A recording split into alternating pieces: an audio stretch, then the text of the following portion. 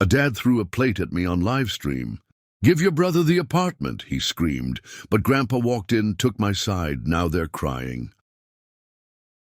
"You're giving the damn apartment to your brother, not a debate.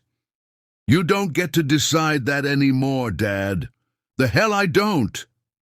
Dad's voice cracked like his favorite bourbon glass last Christmas. Only this time the shards weren't on the floor. They were in my chest, and then it happened. The plate, white, chipped on the edge, sailed across the room like a missile. It shattered against the wall, just inches from my shoulder. "Are you insane?" I said, my voice low, stunned but trembling. "I raised you, paid your college. You think you earned that apartment that was supposed to be for family." "I am family, Dad." "No, you're a mistake we tried to fix. Your brother, that's when the front door creaked open and he walked in. Grandpa. Cane boots, eyes like melted iron. He hadn't said a word in a year, until now." "Enough, Richard." Everyone froze, even Dad. "My name's Liam. I'm told 25 VU, and I've been quiet too long. You know the type. The good son, the invisible one. The one who keeps the peace while everyone else breaks it. The one who fixes the tire at midnight, bails out the brother who crashed your mom's car, shows up to every funeral in a suit he couldn't afford. I've never made a scene until today. My hands were shaking, not from fear, from something older. Exhaustion, disgust, sadness I'd been swallowing for years. Who they are? Dad, Richard, 57. Military tough, emotionally constipated, loves control more than connection, made me feel like an unwanted tenant in my own life. My brother, Jason, 27. Golden boy, DUI charges sealed up quiet, gets the praise for my work, slept with my ex and I still forgave him. Mom, Ellen, 54. Passive, sweet, weaponizes silence, told me, "Let it go, honey," more times than she ever said, "I'm proud of you." Grandpa, Walter, 80. My only advocate, Vietnam vet, sharp, quiet. He's the one who taught me how to fix a sink and how to stand up straight. And now he was standing for me. The fight wasn't about a plate. It was about the apartment. The one Grandma left me gars when she passed, in her will. Except somehow, Jason's name had ended up on the deed. Turns out, while I was working night shifts, someone had accidentally filed a transfer of ownership. Forged signature and all. Guess who notarized it? Dad. He stood there, face flushed. "It's just an apartment, Liam. Jason has a baby on the way. You don't even live there full time. You stole it. You signed my name without asking. That's not family. That's fraud." I had started recording the moment Dad's voice rose, quietly, for protection. But when the plate hit the wall, I hit. Go live. The world deserved to see this. 17 people watching. Then 58, then 300. Jason reached for my phone, but Grandpa gripped his wrist.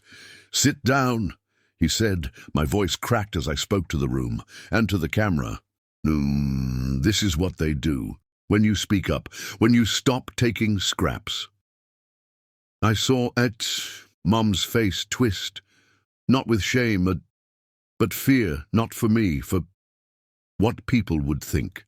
I was 17. It was February. The blizzard knocked out the heat. We had 2 space heaters.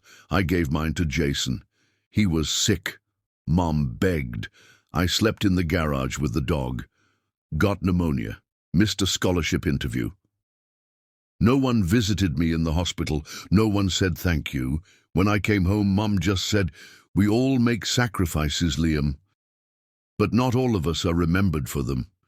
Grandpa walked slowly to the bookshelf, the one everyone thought was just for show, and pressed something behind an old copy of Moby Dick.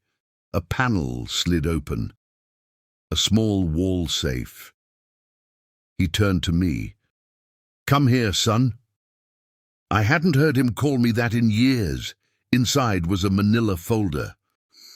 "Your grandmother didn't trust your father," he said quietly, "so she gave me a copy of the original will." I opened it with trembling hands. My name, my name, my name. On every property. No mention of Jason, no transfer clauses, no conditions. "That's why I stopped talking," Grandpa said. "I couldn't watch them strip you dry. I've known for 2 years, but I wanted to see if you'd find your voice without me." Jason stood, voice high. "That's fake. This is all, sit your ass down." Grandpa barked, louder than I've ever heard him. Mom began to cry, not the kind of cry that softens a room, but the kind that reveals guilt. Ugly, dry-faced guilt. "It was supposed to be temporary," she whispered, "just until Jason got on his feet." I turned to her. "You stole my future to prop up his failure." The tension snapped like a power line in a storm. Jason stood. "You think you're better than me, Liam? You've always been a sanctimonious little prick. You don't drink, you don't mess up, and you think that makes you right?" I stepped forward, calm. "No, I think what makes me right is not being a liar, a thief, or a coward." Dad walked toward me, fists clenched, but Grandpa stood between us. "You touch him, and I will have you arrested. I'll call every vet in the county, and you'll never sleep again." Jason grabbed his keys and stormed out. "I hope you rot in that apartment." Mom just sat down on the couch and stared at the floor, defeated. Maybe finally seeing the house she'd helped build, a mansion of rot. I didn't want this," she whispered. "Yes, you did," I said. "Oh, you just didn't think I'd fight back." And then, the last words I ever spoke in that room, "I'm not your insurance policy anymore." The door felt lighter when I closed it behind me. I didn't slam it, I didn't curse, I just left immediate, with the documents in hand, with the live stream still archived, and with a spine I hadn't felt in years. 3 days later, Mom called. I let it go to voicemail. Her voice was small. "I'm sorry. I don't know what we were thinking. I miss you." She didn't say she was proud of me, but she didn't deny it anymore. Jason sent a text. Just a thumbs-down emoji. Dad never called. Grandpa stayed. He moved into the guest room of the apartment with me. We started fixing the leaky faucet, repainting the trim, eating dinner without looking over our shoulders. And for once, I could breathe. I got a job at a local non-profit, housing assistance, because I know what it's like to have something stolen and still have to smile. I wake up now without my stomach in a knot. Sometimes I hear Grandpa in the kitchen humming. He calls me kid, even though I'm a man now. I think he knows I never got to be a kid when I was one. I haven't blocked Mom. I just needed space. She wrote me a letter last month. It wasn't perfect, but it didn't excuse. She said, "You deserved more." I see that now. "I'm sorry I helped dim your light, just so others could shine."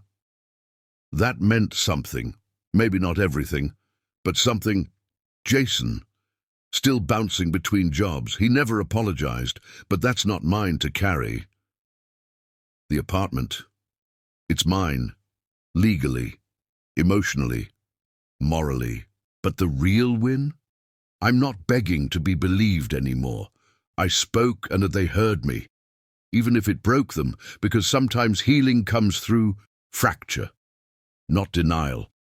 I don't know if we'll ever be a family again, but I know I'm no longer the forgotten one, and that's a kind of peace I can live with. If you've ever been the one no one stood up for, the one they overlooked until they needed you, drop a comment below. Tell your story. You're not alone. And if you've ever had to walk away from family to find yourself, hit that like button. Subscribe, I'm telling more stories, and they're real. If you were in my shoes, would you have forgiven them or walked away for good? Comment below. What would you do?